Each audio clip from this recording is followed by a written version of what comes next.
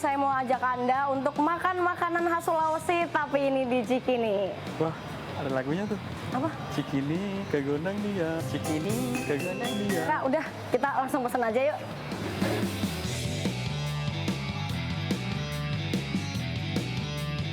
Ini kayaknya makanan khas Nusantara ya jualannya. Kalau kakak mau coba, aku bisa rekomenin bandeng bakar sama sop saudaranya, Kak. Ya udah deh, saya mau pesen yang itu semua, pokoknya yang enak, oke? Siap, ditunggu ya, Kak. Oke, ya. makasih Mbak. Sama-sama.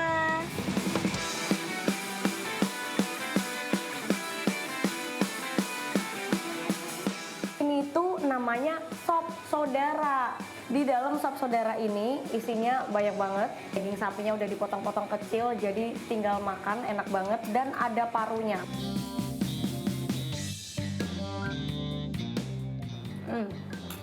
Tuh kan lembut, tapi masih ada keras dari crunchy-nya gitu karena habis digoreng, enak. Sebelumnya juga ada buras. Buras itu adalah semacam lontong, tapi ini khas Makassar. Dia nasi pakai santan.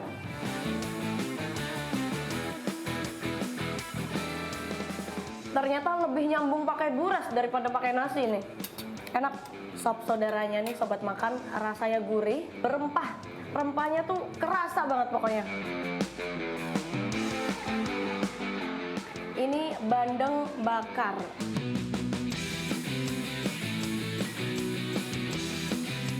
Ini bandengnya nggak amis sama sekali. Rasanya enak, gurih, dan lembut banget. Bandengnya tuh kenyal gitu, pas masuk di mulut. Apalagi ini bandengnya tanpa duri, makin mantap. Berhubung saya nggak terlalu suka pedas, terus ini makan pedas gitu ya. Sedih.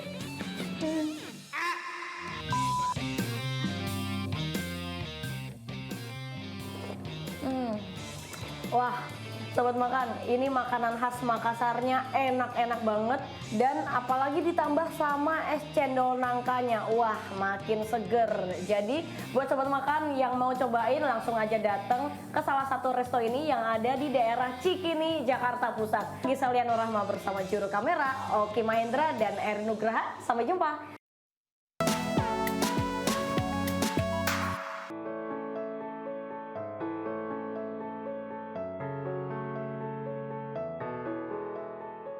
Muhammad Amar dan Muhammad Rifki, dua siswa SD asal Borong Kalukue, Kabupaten Bone ini viral di media sosial karena harus pergi ke sekolah dengan mengayuh sampan menyeberangi sungai Tangka yang besar. Keduanya tinggal di perbatasan Kabupaten Bone Sinjai dan merupakan siswa sekolah dasar 139 area Kelurahan Lampang, Kecamatan Sinjai Utara. Mereka harus menyeberangi sungai Tangka menggunakan perahu sampan untuk ke sekolah karena merupakan jalur terdekat. Keduanya berjuang menyeberangi sungai Tangka yang cukup luas, padahal kadang perjalanan mereka terancam bahaya angin kencang dan ombak tinggi. Keduanya bertaruh nyawa demi menuntut ilmu untuk mengejar dan mencapai cita-citanya menjadi tentara. Naik perahu. Jam berapa? Naik jam 6. Cita-citanya Mar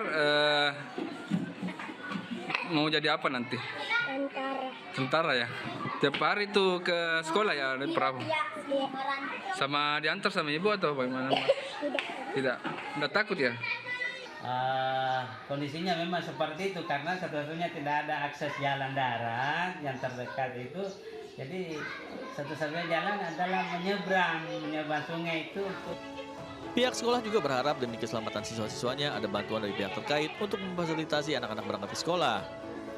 Dari Kabupaten Bone, Sulawesi Selatan, Bulan Sri Indramaya, iNews melaporkan.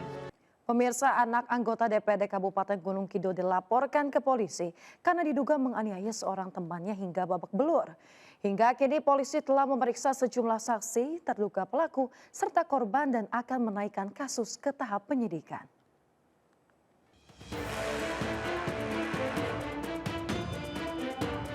Sembari menahan tangis, Bekti Mahakusuma Dewi, orang tua DSP, korban dugaan penganiayaan rekannya sendiri, menceritakan awal mula penganiayaannya dialami putranya.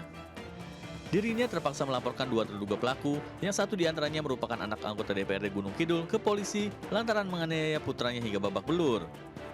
Akibat penganiayaan ini, putranya menderita sejumlah luka di wajah hingga leher. Dulu itu yang luka itu bagian mata sebelah kanan, terus mulut sebelah kiri, terus kepala bagian kiri, terus yang pinggul sebelah kanan, terus sini bagian punggung. Sementara itu, Polres Gunung Kidul sudah menerima laporan adanya dugaan penganiayaan yang melibatkan anak anggota DPRD Gunung Kidul. Yang bersangkutan kumpul dengan teman-temannya di satu tempat. Temannya ada yang ulang tahun, kemudian merayakan bareng-bareng dengan mereka, dan kemudian pada tengah malam ada kejadian tersebut. Polisi juga menyebut telah memeriksa sejumlah saksi, terduga pelaku serta korban. Dalam waktu dekat, pihaknya juga akan meningkatkan kasus ini ke tahap penyidikan. Dari Gunung Kidul, Yogyakarta, Kismaya Wibowo, iNews melaporkan. Pemirsa, 3 bulan pasca ramainya kasus Vina Ibtu Rudiana, ayah mendiang Muhammad Eki akhirnya muncul ke hadapan publik bersama Hotman Paris, kuasa hukum Vina. Dalam keterangannya, Rudiana menjelaskan asal mula ditangkapnya 8 terpidana yang didasari keterangan 2 saksi, yakni Aep dan Dede, usai anaknya tewas.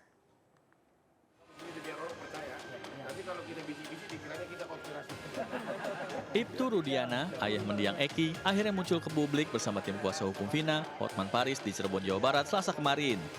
Polisi aktif yang menjabat sebagai Kapolsek Petakan ini sempat berbincang dengan Hotman Paris dan diminta terbuka terkait kasus yang kembali ramai dalam 3 bulan terakhir ini. Di hadapan awak media, Ibtu Rudiana bercerita terkait awal mula penangkapan ke-8 terpidana usai anaknya tewas.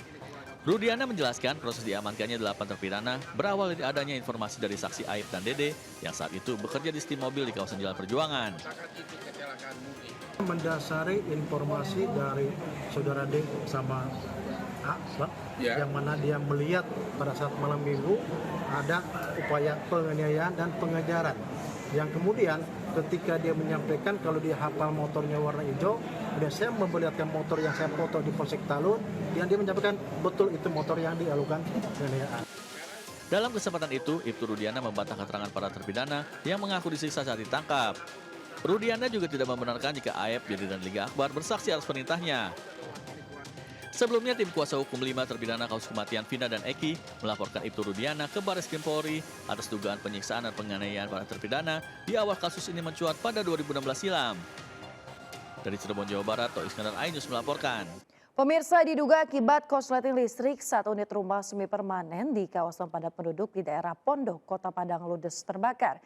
Sementara itu, pemirsa, kebakaran juga melanda sebuah kapal tanker bermuatan sagu di perairan Meranti, Kabupaten Kepulauan Meranti Riau.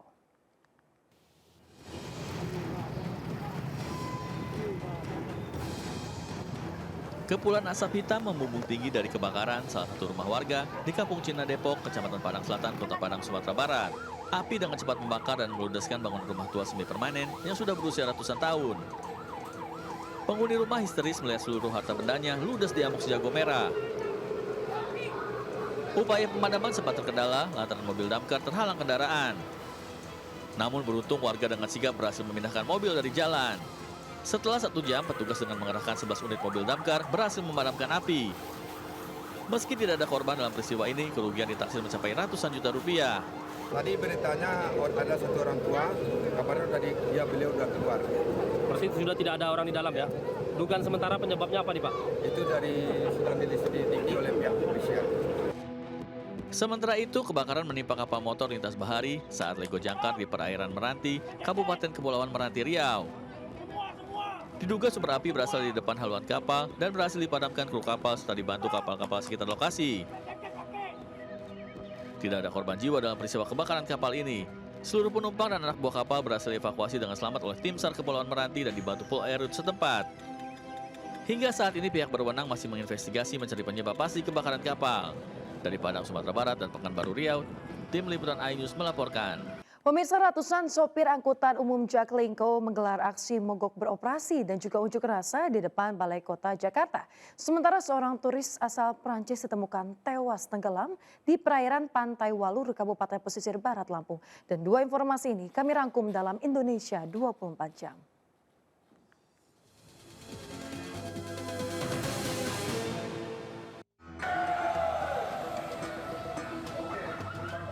Aksi mogok beroperasi sekaligus unjuk rasa digelar ratusan sopir angkutan umum Jaklingko dari 8 operator di depan Balai Kota Jakarta. Mereka mendesak kenaikan upah dan perubahan target jarak tempuh 200 km dalam 1 hari yang dirasa sulit tercapai akibat kemacetan. Ratusan kendaraan angkot yang diparkir di sepanjang Jalan Medan Merdeka Selatan menyebabkan kemacetan parah. Petugas pemadam kebakaran mengevakuasi jenazah seorang warga dengan berat badan 142 kg dari lantai 2 rumahnya di kawasan Ciracas, Jakarta Timur. Pihak keluarga meminta tolong petugas damkar mengevakuasi jenazah karena kondisi tangga rumah yang sempit. Setelah berhasil evakuasi, jenazah dimakamkan di TPU setempat. Seorang WNA asal Prancis ditemukan tewas tenggelam di perairan Pantai Balur, Kecamatan Krui Selatan, Kabupaten Pesisir Barat. Jasad korban pertama kali ditemukan nelayan, kemudian dievakuasi ke Puskesmas Pesisir Tengah. Sebelumnya korban berada di pantai untuk memanah ikan, namun tak kunjung kembali ke penginapan hingga ditemukan tewas.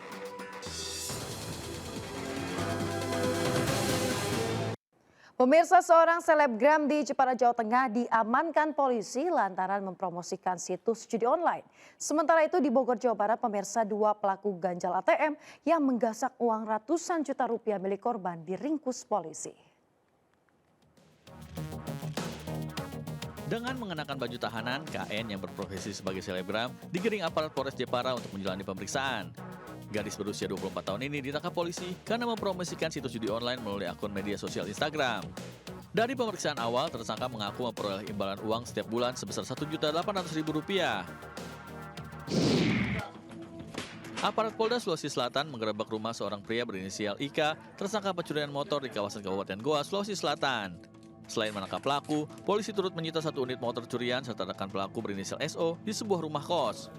Atas kejahatannya, kedua pelaku terancam pasal tentang pencurian dengan ancaman hukuman 7 tahun penjara. 2 pelaku ganjil ATM nyaris dihakimi massa saat tertangkap warga di gerai ATM Jalan Lodaya, Kota Bogor, Jawa Barat. Sebelumnya, aksi pelaku terekam CCTV menggasak uang ratusan juta rupiah milik korban. Kedua penjahat ini kemudian digelandang ke kantor polisi dengan barang bukti sejumlah kartu ATM dari berbagai bank. Anda kembali di Buletin Ayu Siang, pemirsa, bersama saya Yasmin Natalia. Pemirsa, banyak cara untuk menghabiskan waktu liburan akhir pekan, salah satunya dengan liburan bersama hewan. Barbara akan mengajak Anda berwisata bertemu hewan-hewan langka, dan berikut liputannya.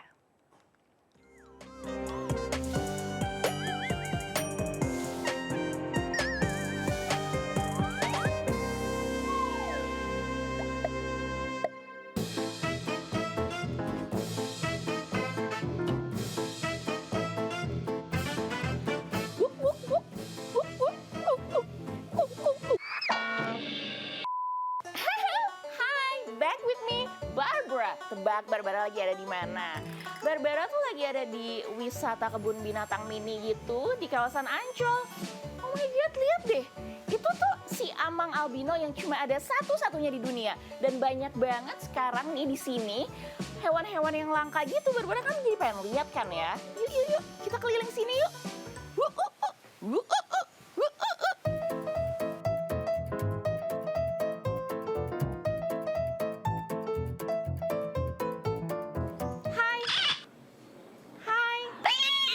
Guys, sumpah ini tuh kayak unbelievable banget, tau gak sih? Ini ada singa putih dari Afrika namanya Bakari. Bakari, oh my god, rambutnya panjang kayak Barbara, tapi Barbara belum di smoothing kayak dia ya. Hai Bakari, dia tuh makannya makan daging. Iya lah ya, singa makan daging. Coba Barbara mau kasih makan. Hai Bakari, tunggu Bakari, ini makanannya. Bakari.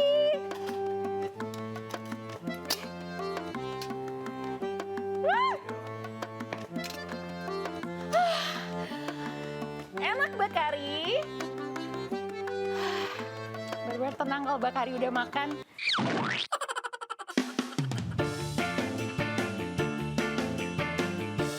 Hai guys, ini adalah tapir dari Sumatera. Miki? Miki? Miki? Miki? Miki? Miki? Miki suka makannya tuh sayur-sayuran sama buah-buahan. Nih Barbara mau kasih makan nih ya.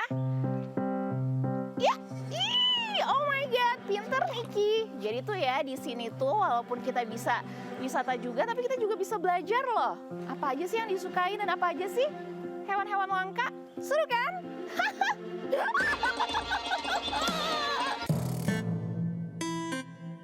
Oh my god, Barbara tuh deg-degan banget loh. Ini ada kucing yang langka banget, kucing dari Afrika, namanya kucing karakal. Terus namanya tuh Dona.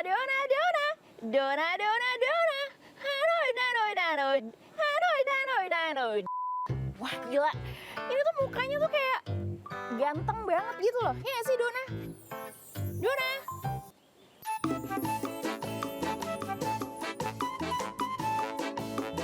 Coba kita panggil Cika and Milo. Agak diturunin. Iya, 1, 2, 3. Aman nggak, Kak? Terima kasih lagi. 1, 2, 3. Lucu banget, oh my god.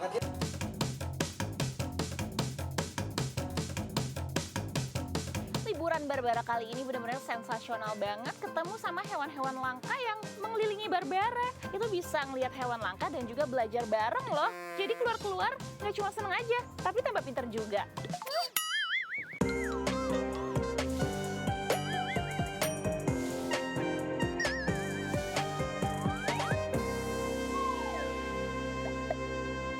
Pemirsa, salah satu lembaga bimbingan belajar raih 2 rekor penghargaan dalam 2 kategori. Kategori tersebut yakni bimbingan belajar pertama yang menyelenggarakan e-sport pendidikan dan bimbingan terlama yang masih beroperasi.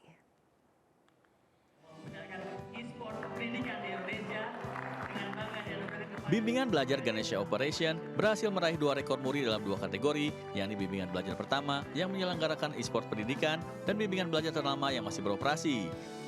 Kedua rekor muri diberikan atas kesuksesan kegiatan di Champion Race dan dedikasi Ganesha Operation selama 40 tahun. Direktur Utama Ganesha Operation, Bob Foster, menerima langsung rekor muri tersebut di salah satu hotel di Bandung, Jawa Barat. Capaian ini menjadi bukti peran Ganesha Operation dalam membantu siswa meningkatkan penguasaan dan pemahaman mata pelajaran di sekolah. Sport pendidikan ini ternyata memang memicu anak-anak untuk lebih kompetitif. Walaupun sebetulnya isinya tetap adalah drill untuk menyelesaikan soal-soal seperti yang selama ini metode yang dilakukan oleh dia. Kita masuk kepada e-sport supaya apa? Supaya mereka belajar dengan enjoy, mereka memperdalam ilmunya dengan semangat, bukan jadi suatu tekanan. Jadi dengan tidak menolak teknologi, maka kita bisa mengatasi hal-hal yang negatif yang membuat mereka tidak belajar.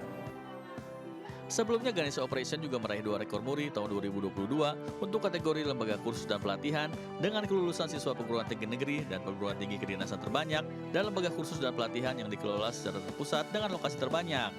Dari Bandung, Jawa Barat, Billy Maulana Fikri, iNews melaporkan.